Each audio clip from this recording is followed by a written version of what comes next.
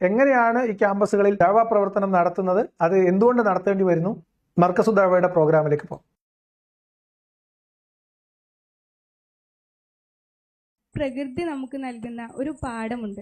നമ്മൾ എത്ര നിസ്സാരന്മാരാണെങ്കിലും എത്ര ചെറുതാണെങ്കിലും നാം ജീവിക്കുന്ന ആ ചുറ്റുപാടുകൾക്കിടയിൽ, നാം ഇടപഴകുന്ന ആളുകൾക്കിടയിൽ നല്ല സുഗന്ധം പരത്തുന്നതിന്, പരിമളം പരത്തുന്നതിന്, നന്മ പടർത്തുന്നതിന് നമ്മൾ എപ്പോഴും ശ്രമിച്ചുകൊണ്ടേയിരിക്കണം. അതിന് നമുക്ക് കഴിയണം. നമ്മൾ എത്ര ചെറുതാണെങ്കിലും ആ സുഗന്ധം നമ്മുടെ ചുറ്റുമുള്ള ആളുകളിലേക്ക് പടർത്താൻ നമുക്ക് കഴിയണം. പ്രകൃതി നമുക്ക് നൽകുന്ന ഒരു പാഠമുണ്ട്. നമ്മൾ എത്ര നിസ്സാരന്മാരാണെങ്കിലും എത്ര ചെറുതാണെങ്കിലും നാം ജീവിക്കുന്ന ആ ചുറ്റുപാടുകൾക്കിടയിൽ, നാം ഇടപഴകുന്ന ആളുകൾക്കിടയിൽ നല്ല സുഗന്ധം പരത്തുന്നതിന്, പരിമളം പരത്തുന്നതിന്, നന്മ പടർത്തുന്നതിന് നമ്മൾ എപ്പോഴും ശ്രമിച്ചുകൊണ്ടേയിരിക്കണം. അതിന് നമുക്ക് കഴിയണം. നമ്മൾ എത്ര ചെറുതാണെങ്കിലും ആ സുഗന്ധം നമ്മുടെ ചുറ്റുമുള്ള ആളുകളിലേക്ക് പടർത്താൻ നമുക്ക് കഴിയണം. അപ്പൊ ഈ പൂവ് സുഗന്ധം എന്നൊക്കെ പറയുമ്പോൾ നിങ്ങൾ വിചാരിച്ച് ഇവർ അത്തറ് തേച്ച് പോയിട്ട് അടുത്തിരിക്കുന്ന ആളുകൾക്ക് വിയർപ്പ് നാറ്റമൊന്നും ഇല്ലാതിരിക്കാൻ വേണ്ടിയിട്ട് നിൽക്കണം എന്നാണോ? ഇവർ പറയുന്ന പൂവും സുഗന്ധവും എന്ന് പറയുന്നത് നമ്മൾ എത്ര ചെറിയ കുട്ടികളാണെങ്കിലും, നമ്മൾ എത്ര ചെറിയ സമൂഹത്തിൽ ജീവിക്കുന്നവരാണെങ്കിലും, നമുക്ക് എത്ര കഴിവ്, ആത്മവിശ്വാസം കുറഞ്ഞവരാണെങ്കിലും നമ്മുടെ ചുറ്റുമുള്ള മനുഷ്യർക്കിടയിൽ ഇസ്ലാം പ്രചരിപ്പിക്കാൻ നമുക്കാവുന്നത് ചെയ്യണം എന്നാണ് ഈ പൂമ്പൊടിയും പൂമണവും ഒക്കെ കൊണ്ട് ഇവരുദ്ദേശിക്കുന്നത്. നമുക്കുള്ള ഒരു അവകാശമാണ് മതസ്വാതന്ത്ര്യം. ഏതു മതത്തിൽ വിശ്വസിക്കാനും സ്വീകരിക്കാനും അതിനെ പ്രചരിപ്പിക്കാനും, മറ്റുള്ളവരുടെ സ്വാതന്ത്ര്യത്തിലേക്ക് കടന്നു കയറാത്ത വിധത്തിൽ അതിനെ പ്രചരിപ്പിക്കാനുമുള്ള അവകാശങ്ങൾ എല്ലാ മതക്കാർക്കുണ്ട്. എന്നാൽ ഒരു മുസ്ലിം ഐഡൻറ്റിറ്റി ഏറെ പ്രശ്നമായിക്കൊണ്ടിരിക്കുന്ന ഈ ഒരു സമയത്ത് നമ്മൾ ഇസ്ലാമിനെ ഈ ഒരു സാഹചര്യത്തിൽ, ഇന്ത്യയിൽ അല്ലെങ്കിൽ ഈ ഒരു സമൂഹത്തിൽ ഇസ്ലാമിനെ എങ്ങനെ എക്സിക്യൂട്ട് ചെയ്യണം, എങ്ങനെ അവതരിപ്പിക്കണം. നോക്കൂ, നമ്മൾ ഇവിടെ ഒരു ഭാഗത്ത് മുസ്ലിം സമൂഹം ഭയപ്പാടിലാണെന്നും അവർ വലിയ പ്രശ്നത്തിലാണെന്നും ഞങ്ങളിവിടെ വലിയ വിവേചനം നേരിടുന്നു, പ്രശ്നങ്ങൾ നേരിടുന്നു എന്നത് രാഷ്ട്രീയമായ ശരികൾ അതിനകത്ത് ഉണ്ടായിരിക്കെ പോലും അങ്ങനെയൊക്കെ ഇരവാദം പറയുന്നവർ മറുഭാഗത്ത് ഈ സാഹചര്യത്തിലും നമ്മൾ ഫോക്കസ് ചെയ്യേണ്ടത് എങ്ങനെയാണെന്നും ഇസ്ലാമിനെ നമ്മൾ എങ്ങനെയാണ് എക്സിക്യൂട്ട് ചെയ്യേണ്ടത് എന്നും ഇതെങ്ങനെയാണ് മറ്റുള്ള ആളുകൾക്കിടയിലേക്ക് പടർത്തേണ്ടതെന്നും ഇവർ പരിശീലനം കൊടുക്കുകയാണ്. ഇവർ സെമിനാറുകൾ സംഘടിപ്പിക്കുകയാണ്. ഇവർ ദഅവത്ത് നടത്താൻ വേണ്ടി ഹിക്മത്ത് ഉപയോഗിക്കാൻ വേണ്ടി കുട്ടികൾക്ക് പരിശീലനം കൊടുക്കുകയാണ്. ഇവരതിനു വേണ്ടി ദഅവത്തിന് പാകമാകുന്ന കുട്ടികളെ പഴുപ്പിച്ചെടുക്കുന്ന ദഅവ കോളേജുകൾ നടത്തുന്നു. സാധാരണക്കാരായിട്ടുള്ള ഓരോ കുട്ടികളെയും ഇതിനു വേണ്ടി അവർ ഉപയോഗപ്പെടുത്തുന്നു എന്നുള്ളത് വലിയ പ്രശ്നമാണ്. അപ്പോൾ സാധാരണ മുസ്ലിം സമൂഹത്തിലുള്ള കുട്ടികളോട്, അവരുടെ രക്ഷിതാക്കളോട് എനിക്ക് പറയാനുള്ളത്, നിങ്ങളുടെ കുട്ടികൾ മതം പഠിക്കാനല്ല പോകുന്നത്. നിങ്ങളുടെ കുട്ടികൾ കോളേജിൽ പഠിക്കാൻ പോകുന്നിടത്ത് നിങ്ങളുടെ കുട്ടികൾ നിങ്ങളുടെ കുട്ടിയുടെ സഹപാഠികളെ മതപരിവർത്തനത്തിനാണ് നിങ്ങളുടെ കുട്ടി അവിടെ ശ്രമിച്ചുകൊണ്ടിരിക്കുന്നതെങ്കിൽ അത് അപകടമാണെന്ന് തിരിച്ചറിയുകയും അവരെ അതിൽ നിന്ന് പിന്തിരിപ്പിക്കാനുള്ള വഴികൾ സ്വീകരിക്കുകയും അവരെ അതിലേക്ക് പ്രേരിപ്പിക്കുന്ന സംഘടനകൾക്കെതിരെ ശബ്ദമുയർത്തുകയും അത്തരം ഛിദ്രശക്തികളെ തിരിച്ചറിഞ്ഞിട്ടില്ലെങ്കിൽ ഇവിടെ സമാധാനത്തോടെ ജീവിക്കണം എന്ന് വിചാരിക്കുന്ന മുസ്ലിങ്ങൾക്ക് പോലും അത് വലിയ വിപത്തുണ്ടാക്കി വെക്കും എന്ന കാര്യമാണ് സൂചിപ്പിക്കുന്നത്. ഇനി അടുത്ത ഈ ഒരു പ്രഭാഷണത്തിന്റെ ആമുഖമായിട്ട് അവരെ ക്ഷണിക്കുന്ന ഒരു രംഗം കൂടിയുണ്ട്. അത് കഴിഞ്ഞിട്ട് നമുക്ക് പ്രഭാഷകയെ ക്ഷണിക്കാം. ഇപ്പോൾ ദഅവത്ത് എന്ന് പറഞ്ഞാൽ, പ്രബോധനം എന്ന് പറഞ്ഞാൽ, നമ്മൾ വിശ്വസിക്കുന്ന ഈ ഒരു വിശ്വാസവും സംസ്കാരവും പങ്കുവെക്കലും അതിൻ്റെ ആശയങ്ങൾ മറ്റുള്ളവരിലേക്ക് എത്തിക്കലും ഒരു മുസ്ലിമിൻ്റെ ബാധ്യതയാണ്, മതപരമായിട്ടുള്ള ബാധ്യതയാണ്. ഈ ബാധ്യത ഈ ഒരു സമയത്ത്, ഈ ഒരു സാഹചര്യത്തിൽ എങ്ങനെ നിർവഹിക്കും? കൂടുതൽ വർഗീയതയോ അങ്ങനെ ഉള്ള രീതികളിലൂടെ ഒക്കെ മാറ്റി നിർത്തിയിട്ട് അതിനുള്ള സാഹചര്യങ്ങളെല്ലാം ഒഴിവാക്കിയിട്ട് സാഹോദര്യത്തിലൂടെ എങ്ങനെ ഈ ഒരു മതത്തെ മറ്റുള്ളവർക്ക് മുന്നിൽ പരിചയപ്പെടുത്തും? അതിനെക്കുറിച്ചുള്ള പരിശീലനമാണ് ഇനി വരുന്നത്. അപ്പോൾ വർഗീയത ഒന്നും ഉണ്ടാവാതെ മറ്റുള്ളവരുടെ സ്വാതന്ത്ര്യത്തിനെ ഹനിക്കാതെ എങ്ങനെയാണ് നമ്മൾ കോളേജ് ക്യാമ്പസുകളിൽ മതപ്രബോധനം നടത്തേണ്ടത് എന്ന് ക്ലാസ് എടുത്ത് തരാൻ പോവാണ്. അപ്പം ആത്യന്തികമായിട്ട് മുസ്ലിങ്ങൾ എന്നുള്ള നിലക്ക് നമുക്കുള്ളൊരു ബാധ്യതയായിട്ടാണ് വിശുദ്ധ ഖുർആൻ ദഅവത്തിനെ പരിചയപ്പെടുത്തുന്നത്. ദഅവത്ത് പറയുമ്പോൾ പ്രബോധനം എന്നൊക്കെ നമ്മൾ ഇതിന്റെ മലയാളം ട്രാൻസ്ലേഷൻ ആയിട്ട് പറയും. അപ്പൊ നമ്മൾ മനസ്സിലാക്കിയിട്ടുള്ള ഈ ലോകരക്ഷിതാവ് നമുക്ക് തൃപ്തിപ്പെട്ട് തന്നിട്ടുള്ള ഈ മതത്തിലേക്ക്, അവന്റെ ഏകത്വത്തിലേക്ക് ആളുകളെ ക്ഷണിക്കുക, ഈ സന്ദേശം മറ്റുള്ളവരിലേക്ക് എത്തിക്കുക എന്നുള്ളത് മുസ്ലിമായ നമ്മുടെ ഓരോരുത്തരുടെയും ബാധ്യതയാണ്. പല തെറ്റിദ്ധാരണകളുമുണ്ട്. ഇത് പണ്ഡിതന്മാർ ചെയ്യേണ്ടുന്ന, അല്ലെങ്കിൽ സമൂഹത്തിൽ നമ്മൾ ഇതിനൊരു വിഭാഗത്തിനെ നിശ്ചയിച്ചു കൊടുത്തതായിട്ട് പലപ്പോഴും നമുക്ക് തോന്നാറുണ്ട്. എന്നാൽ അങ്ങനെയല്ല. നിങ്ങൾ 3-ാം ക്ലാസ് മുതൽ അല്ലെങ്കിൽ 4-ാം ക്ലാസ് മുതൽ 8 വയസ്സോ 9 വയസ്സോ ഉള്ള മദ്രസ കുട്ടികളെ വരെ പഠിപ്പിക്കുകയും പരിശീലിപ്പിക്കുകയും അവർ അത് ജീവിതത്തിൽ പ്രാവർത്തികമാക്കുകയും ചെയ്യേണ്ടതാണ് ദഅവത്ത് എന്ന അപകടകരമായിട്ടുള്ള ഒരു സ്റ്റേറ്റ്മെന്റിലൂടെയാണ് ഈ പ്രവർത്തനം തുടങ്ങുന്നത്. അതായത് ഓരോ മുസ്ലിമും താൻ കണ്ടുമുട്ടുന്ന അമുസ്ലിമിനെയൊക്കെ ഇസ്ലാമിലേക്ക് പരിവർത്തനം ചെയ്യാൻ വേണ്ടി പ്രേരിപ്പിക്കുകയും അവരെ അതിലേക്ക് ക്ഷണിക്കുകയും അവർക്കത് പറഞ്ഞു മനസ്സിലാക്കി കൊടുക്കാൻ ശ്രമിക്കുകയും ചെയ്യുക എന്നത് മതപരമായി ഓരോ വിശ്വാസിയും അനുവർത്തിക്കേണ്ടുന്ന അവരുടെ ബാധ്യതയാണ് എങ്കിൽ ഈ മതം ഒരു ജനാധിപത്യ മതേതര സമൂഹത്തിന് വലിയ ബാധ്യതയായിരിക്കും, ഭീഷണിയായിരിക്കും. ഒരു സംശയവും ആ കാര്യത്തിലില്ല. ഈ പ്രശ്നത്തെയാണ് പതിറ്റാണ്ടുകൾക്ക് മുൻപ് ഇവിടുത്തെ സമസ്ത എന്നറിയപ്പെടുന്ന, ഇന്ന് നമ്മൾ സമസ്ത എന്ന് വഹാബിസത്തെ മാറ്റി വിളിക്കേണ്ട കാര്യമില്ല, ഇന്ന് അതും ഒക്കെ ഒരു വഹാബി ദഅവത്തിന് വേണ്ടി കോളേജുകൾ നടത്തുന്ന നിലവാരത്തിലേക്ക് ഇവിടുത്തെ EK വിഭാഗം സുന്നികൾ ഉൾപ്പെടെ മാറിയിട്ടുണ്ട് എന്നുള്ളത് മറ്റൊരു യാഥാർത്ഥ്യമാണ്. എന്നാൽ ഒരു കാലത്ത് ദഅവ പ്രവർത്തനം ഇതുപോലെ കേരളം പോലെ ഒരു അല്ലെങ്കിൽ ഇന്ത്യ പോലെ ഒരു ബഹുമത സമൂഹത്തിൽ, ബഹുസ്വര സമൂഹത്തിൽ കുട്ടികളുടെ ബാധ്യതയാണ് ദഅവത്ത് എന്ന് കുട്ടികളെ പഠിപ്പിക്കുന്നത് ദൂരവ്യാപകമായിട്ടുള്ള പ്രശ്നങ്ങൾ ഉണ്ടാക്കുമെന്ന് അന്നത്തെ കാലത്തെ പ്രമുഖ സുന്നി പണ്ഡിതന്മാർ വിലയിരുത്തിയിരുന്നതായിട്ടും ഇവിടെ മതസൗഹാർദ്ദത്തിന്റെ അന്തരീക്ഷം ഉണ്ടായിരുന്ന അല്ലെങ്കിൽ ഉണ്ടാവേണ്ടുന്ന ഒരിടത്ത് ഈ തരം പ്രബോധനം, പരസ്യമായിട്ടുള്ള പ്രബോധനം ആളുകൾ ഓരോരുത്തരും അവരവരുടെ ബാധ്യതയായി കണ്ടുമുട്ടുന്ന ഓരോ മുസ്ലിമിനെയും ഇസ്ലാമിലേക്ക് ക്ഷണിക്കാൻ തുടങ്ങിയാൽ അത് വലിയ വിപത്തുണ്ടാക്കി വെക്കുമെന്ന് തിരിച്ചറിയുകയും ദഅവ പ്രവർത്തനം എന്ന് പറയുന്ന ആ ഒരു സംജ്ഞ തന്നെ കുട്ടികളെ പഠിപ്പിക്കേണ്ടതില്ല എന്ന നിലപാടെടുക്കുകയും ചെയ്തവരായിരുന്നു. എന്നാൽ അതിനെ മറികടന്നുകൊണ്ട്, അവരുടെ എതിർപ്പിനെ മറികടന്നുകൊണ്ട് EK സമസ്തയുടെ മദ്രസ പാഠപുസ്തകങ്ങളിൽ, അന്ന് ഈ APK ഒന്നുമില്ല, സമസ്തയുടെ സുന്നി വിഭാഗത്തിന്റെ പാഠപുസ്തകങ്ങളിൽ പോലും ഈ പറയപ്പെടുന്ന ദഅവത്തിന്റെ അംശം പാഠഭാഗം കയറി വന്നത് അപകടകരമായി പോയി എന്ന് നജീബ് മൗലവിയുടെ പ്രസംഗത്തിന്റെ ക്ലിപ്പ് എൻ്റെ കയ്യിൽ ഉണ്ട്. അപ്പൊ ഞാനിവിടെ ഇരുന്നിട്ട് ഏതെങ്കിലും തരത്തിലുള്ള മതവർഗീയത അല്ലെങ്കിൽ വിഭാഗീയത ഉണ്ടാക്കുകയാണ് എന്ന് നിലവിളിക്കാൻ വരുന്നവരോട് പ്രത്യേകിച്ചൊന്നും പറയാനില്ല. നിങ്ങൾക്ക് ഹിതം പോലെ സ്വീകരിക്കാം. ഇത് വളരെ ഗുരുതരമായിട്ടുള്ള പ്രശ്നമാണ്. ഓരോ കുട്ടിയും, സ്കൂളിൽ പോകുന്ന കുട്ടി, കോളേജിൽ പോകുന്ന കുട്ടികൾ, അവരൊക്കെ തൻ്റെ അടുത്തിരിക്കുന്ന ഇതര മതസ്ഥരെ മതത്തിലേക്ക് ക്ഷണിക്കേണ്ടത് മതപരമായ ഇവരുടെ ബാധ്യതയാണ് എന്ന് പഠിപ്പിക്കുന്നത് ഗുരുതരമായിട്ടുള്ള പ്രശ്നമാണ്. അത് നിയന്ത്രിക്കേണ്ടതാണ്, അത് തടയേണ്ടതാണ്. അതിൻ്റെ ബാധ്യത ഇവിടുത്തെ ജനാധിപത്യ ബോധമുള്ള ബഹുമത സംസ്കാരത്തെ അതിനോട് ഇഴകിച്ചേർന്ന് പോകണം എന്നാഗ്രഹിക്കുന്ന സെക്യുലർ ചിന്ത പേറുന്ന ഓരോ മനുഷ്യന്റെയും ബാധ്യതയാണ്. പ്രത്യേകിച്ച് മുസ്ലിം സമൂഹത്തിന്റെ ബാധ്യതയാണ്. മുസ്ലിം നേതൃത്വം ആ കാര്യത്തിൽ നിലപാട് വ്യക്തമാക്കണം. പല പ്രവർത്തനങ്ങളും പ്രതികരണങ്ങളൊക്കെ കാണുമ്പോൾ യഥാർത്ഥത്തിൽ വിശ്വാസിയായി ഈ ദീനിനെ മനസ്സിലാക്കിയത് ഉൾക്കൊള്ളാൻ അനുഗ്രഹം ലഭിച്ചിട്ടുള്ള ഓരോ വ്യക്തികളുടെയും ബാധ്യതയാണത്. അപ്പൊ വിശുദ്ധ ഖുർആന് നിരവധി സന്ദർഭങ്ങളിൽ അതിന് ഒരുപാട് പ്രാധാന്യമുണ്ടെന്നും ഒരുപാട് പ്രതിഫലമുണ്ടെന്നും ബാധ്യതയാണെന്നും നമ്മൾ ഓർമ്മിപ്പിക്കുന്നുണ്ട്. അതെ, ഇദ്ദേഹം ഈ പെൺകുട്ടി ഒരു ഖുർആൻ വചനമൊക്കെ ഈ പ്രസംഗത്തിന്റെ ഭാഗമായിട്ട് ഉദ്ധരിക്കുന്നുണ്ട്. കുറച്ച് വലിച്ചു നീട്ടിയ ഭാഗമായതുകൊണ്ട് ഞാൻ ആ ഭാഗം ഒഴിവാക്കിയതാണ്. എങ്കിൽ പോലും നമ്മൾ ഇനിയും ഏകദേശം ഒരു 10-15 ഇനി ഒരു 3 ഈ പെൺകുട്ടിയുടെ പ്രസംഗത്തിന് ശേഷം 4 കൺവേർട്ടഡ് ആയിട്ടുള്ള ഇസ്ലാമിലേക്ക് മറ്റു മതങ്ങളിൽ നിന്ന് കൺവേർട്ട് ചെയ്ത ആളുകൾ, അവരെങ്ങനെയാണ് കൺവേർട്ട് ചെയ്യപ്പെട്ടത്, ഈ പറയപ്പെടുന്ന പരിശീലനം സിദ്ധിച്ച ദഅവ പ്രവർത്തകരുടെ ഹിക്മത്തിന് അടിപ്പെട്ടുകൊണ്ട് എങ്ങനെയാണ് അവരകത്ത് ഇസ്ലാമിനകത്തേക്ക് പോയത് എന്ന അനുഭവവും പിന്നീട് അവർ വീട്ടിലേക്ക് പോയ അനുഭവവും അവരുടെ വീട്ടുകാരിൽ നിന്നുള്ള അനുഭവവും ഒക്കെ പറയുന്നുണ്ട്. അതിനുശേഷം ആതിര എന്ന് പറയുന്ന ഒരു പെൺകുട്ടി ആയിഷയായി മാറിയിട്ട് ആതിര എന്ന ആയിഷ ഇവരുടെ ഒക്കെ ഉദ്ദേശം പ്രകാരം തന്നെ വീട്ടിലേക്ക് പോയപ്പോൾ പിന്നീട് അവർക്ക് എന്ത് സംഭവിച്ചു, അവരെങ്ങനെയാണ് ഇസ്ലാം എന്ന ചെളിക്കുണ്ടിൽ നിന്ന് രക്ഷപ്പെട്ടത് എന്നും അവർ പറയുന്ന ഭാഗം കൂടി കേൾപ്പിച്ചിട്ടാണ് നമ്മൾ ഇന്ന് ഇത് അവസാനിപ്പിക്കുള്ളൂ. അതുകൊണ്ട് കുറച്ച് നീണ്ടുപോയേക്കാം. ഇത്രയും ഗൗരവതരമായിട്ടുള്ള ഒരു വിഷയമായതുകൊണ്ടാണ് വിശദമായി തന്നെ പറഞ്ഞു പോകുന്നത്.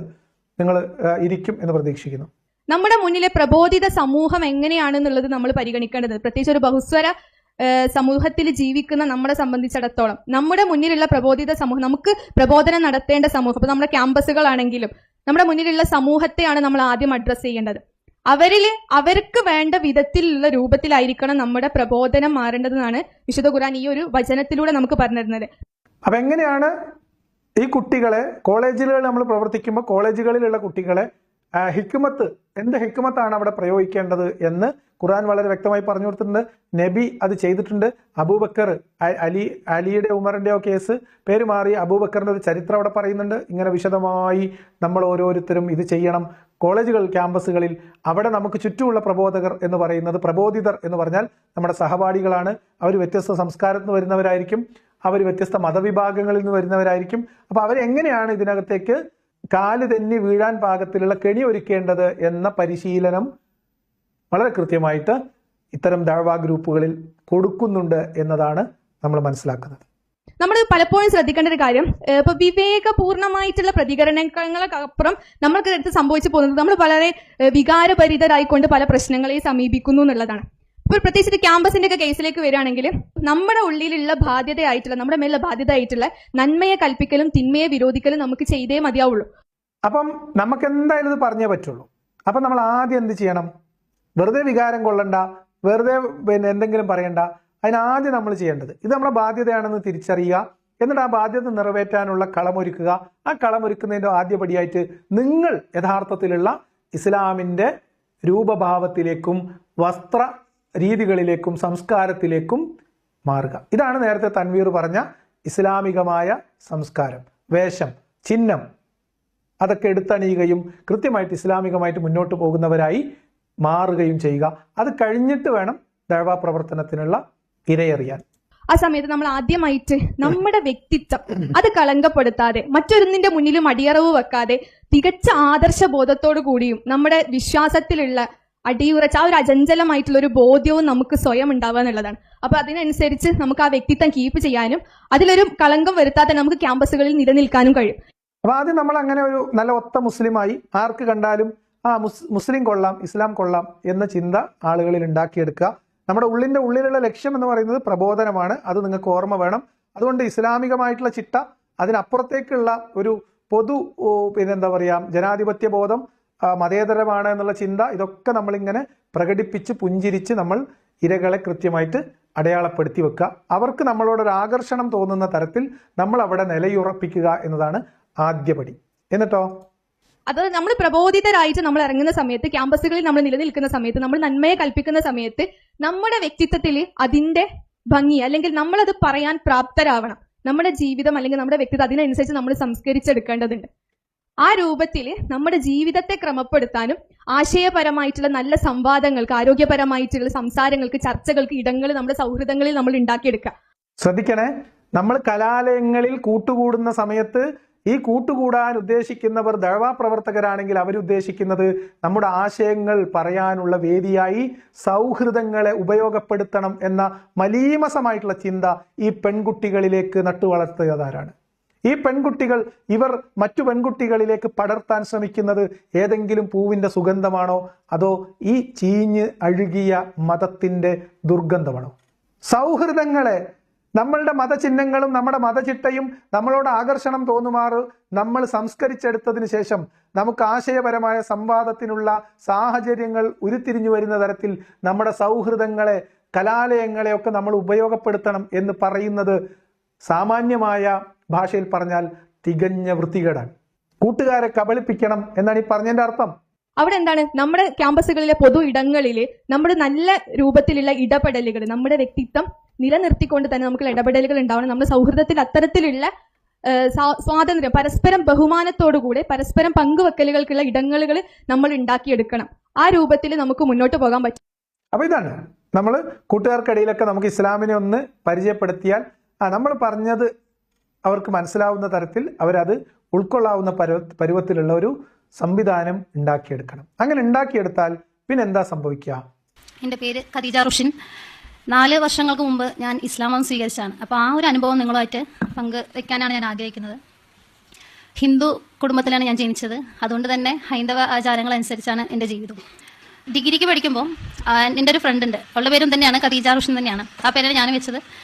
അപ്പോൾ അവളുടെ വീട്ടിൽ താമസിച്ച് പഠിക്കാനുള്ള ഒരു ഇത് കിട്ടി എനിക്ക്.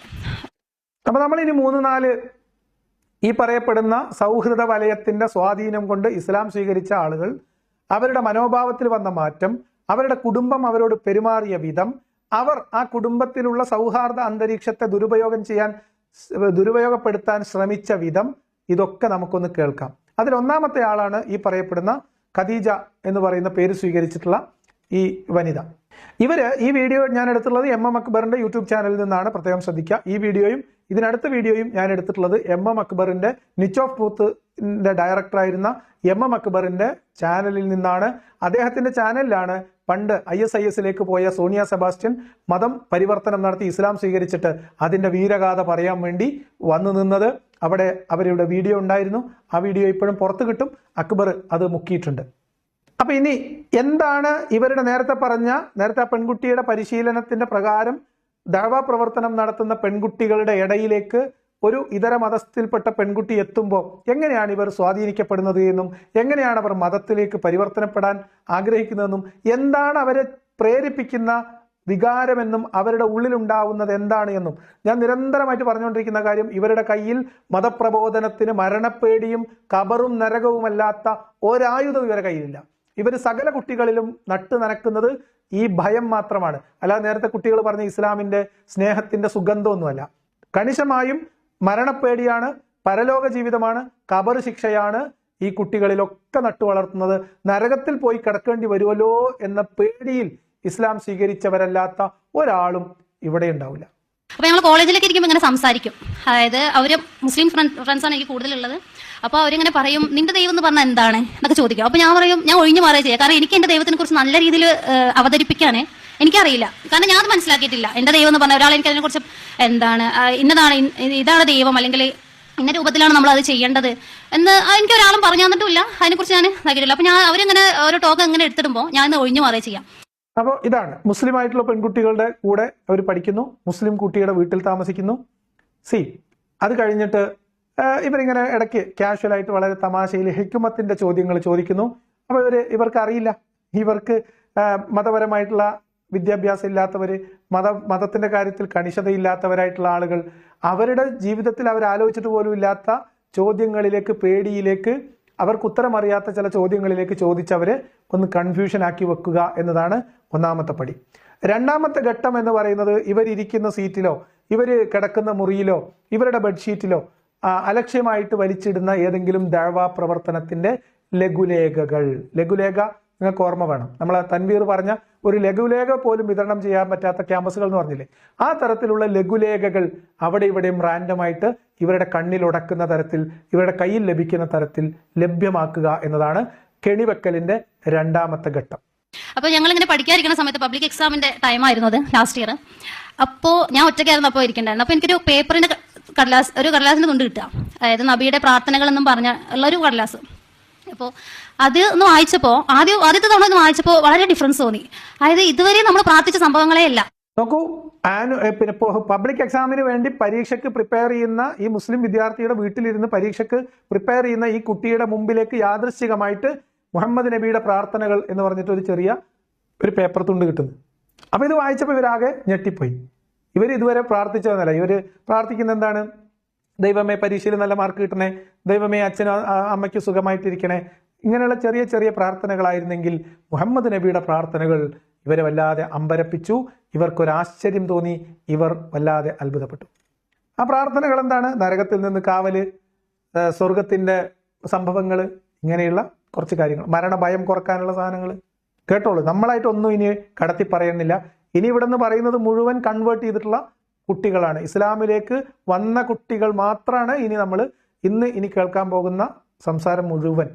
അതിൽ 4 പേര് ആ കെണിയിൽ ഇപ്പോഴും അകപ്പെട്ട് നിൽക്കുന്നവരും, ഒരു കുട്ടി ആ കെണിയിൽ നിന്ന് പുറത്തു ചാടിയതും, ആ കുട്ടി എങ്ങനെയാണ് പുറത്തു ചാടിയത് എന്ന് ഇവരുടെ ഉദ്ദേശവും ആവശ്യവും ഇവരുടെ മാനസികാവസ്ഥയും ആ കുട്ടി എങ്ങനെയാണ് പുറത്തു കടന്നത് എന്നുമാണ്. അപ്പൊ ഇത് കേൾക്കുന്ന ആളുകൾ ഏതെങ്കിലും തരത്തിൽ നിങ്ങൾ ഏതെങ്കിലും ഘട്ടത്തിൽ ഇസ്ലാമിന്റെ സ്വാധീനത്തിലേക്ക് ഇതുപോലെ നിങ്ങളുടെ കൂട്ടുകാരുടെ സ്വാധീനം കൊണ്ടോ ചോദ്യം കൊണ്ടോ മനസ്സ് പോയിട്ടുണ്ടെങ്കിൽ അവർക്ക് തിരിച്ചു ചിന്തിക്കേണ്ടുന്ന ഒരു പോയിന്റ് എന്ന രീതിയിലാണ് ഈ വീഡിയോ പ്രസന്റേഷൻ നിങ്ങളുടെ മുമ്പിലേക്ക് വെക്കുന്നത്. അതുകൊണ്ട് ആ അർത്ഥത്തിൽ ഇസ്ലാമിലേക്ക് ഇപ്പൊ കടന്നു ചെന്നവരോ അല്ലെങ്കിൽ ഇസ്ലാമിലേക്ക് ഇപ്പൊ ചാടും എന്ന് വിചാരിച്ച് നിൽക്കുന്നവരിലേക്കോ നിർബന്ധമായിട്ടും നിങ്ങൾ ഈ വീഡിയോ എത്തിച്ചു കൊടുക്കണം.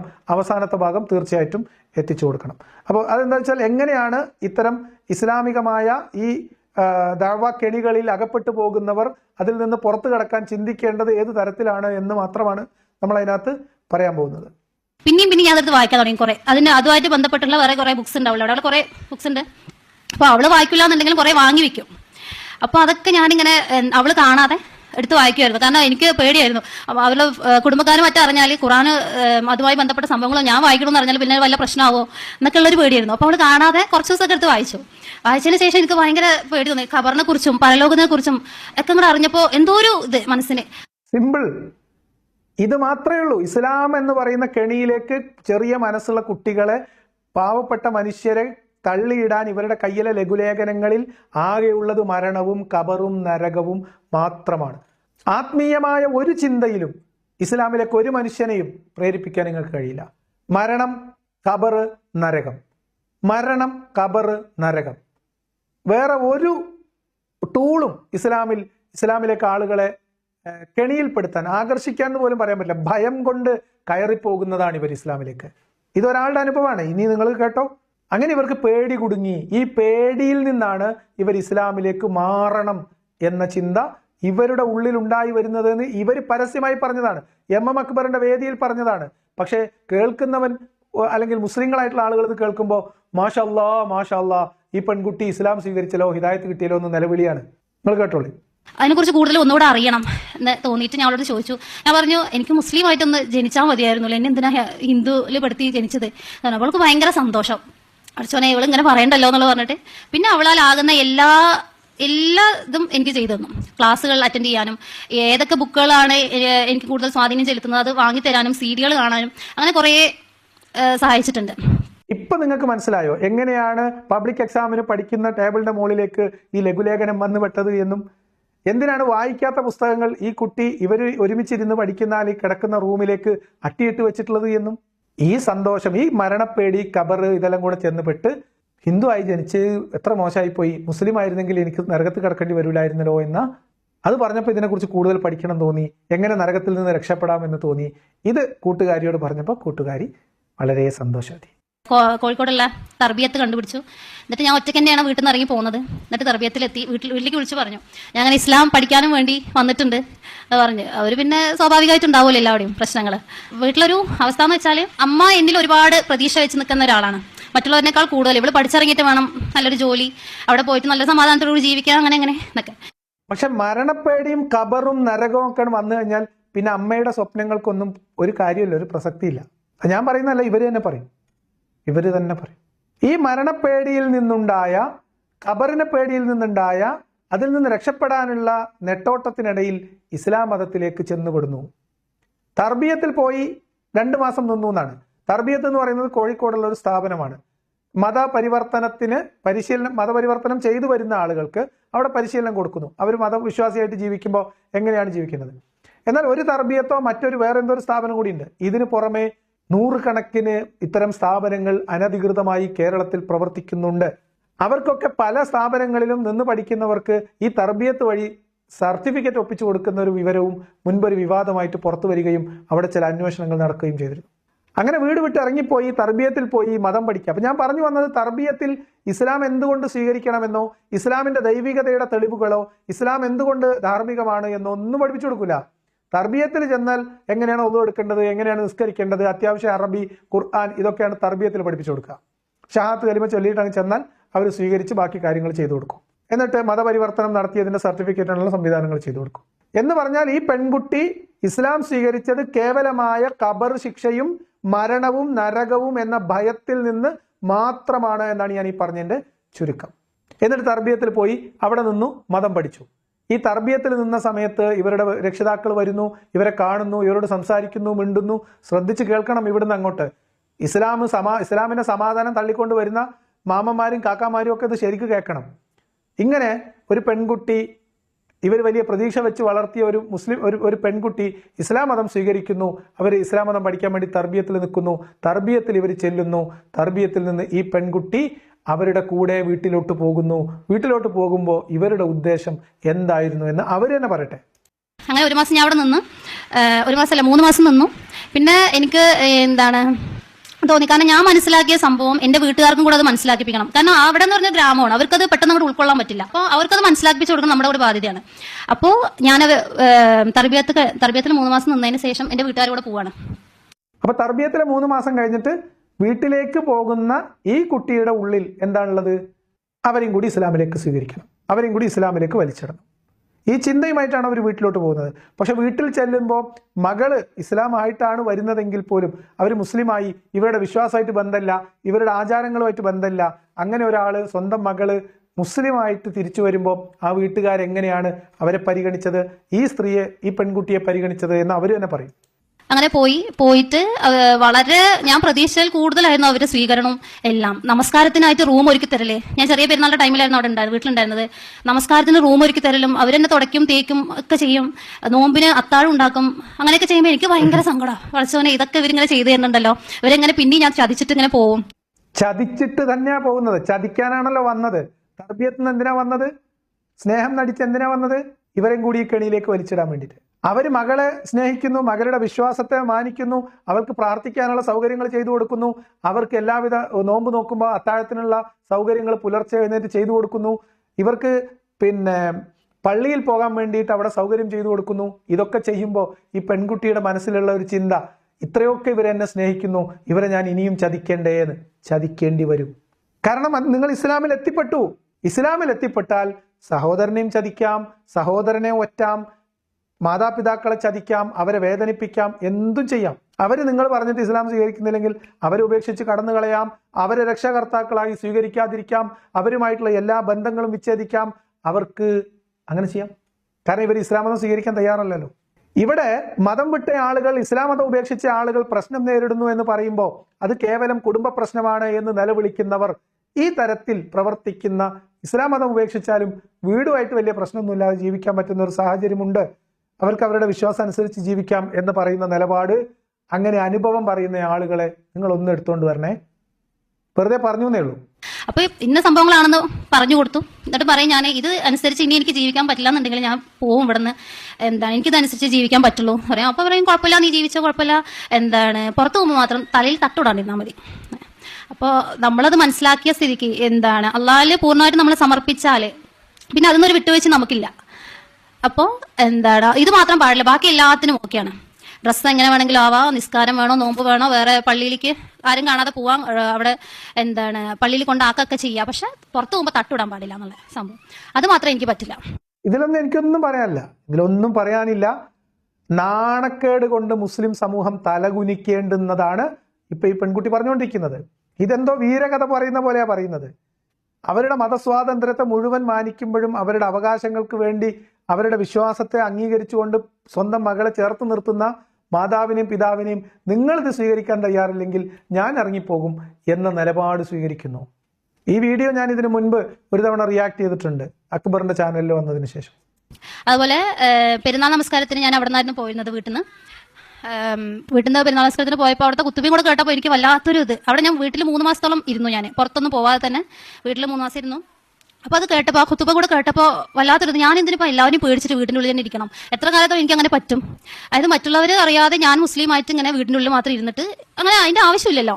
അപ്പോൾ ഇതൊന്നും പുറത്തറിഞ്ഞാലും കുഴപ്പമില്ല, കാരണം എനിക്ക് എൻ്റെതാണ് പോണത്. കാരണം ഞാൻ പെട്ടെന്ന് ആ വീട്ടിലിരിക്കുന്ന ആ ടൈമിൽ മരിച്ചു പോയാൽ നരകത്തിലായിരിക്കുമല്ലോ.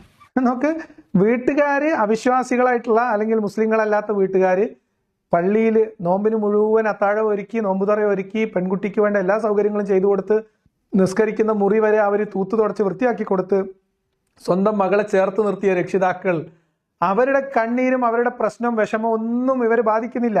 നേരെ മറിച്ച് ഈദ്ഗാഹിൽ ചെന്നിട്ട് ഈദ്ഗാഹിലെ അല്ലെങ്കിൽ പള്ളിയിലെ പ്രസംഗം കേട്ടപ്പോഴത്തേക്ക് ഇനി അവിടെ നിന്നാൽ ശരിയാവില്ല, ഇനി എനിക്ക് പോയേ പറ്റൂ എന്ന നിലപാടിലേക്ക് പെൺകുട്ടി മാറി. കാരണം എനിക്കും എൻ്റെ കുടുംബക്കാർ വരുന്ന സമയത്ത് ആ ഹിജാബ് ഇട്ട് നിൽക്കാൻ പറ്റുന്നില്ല.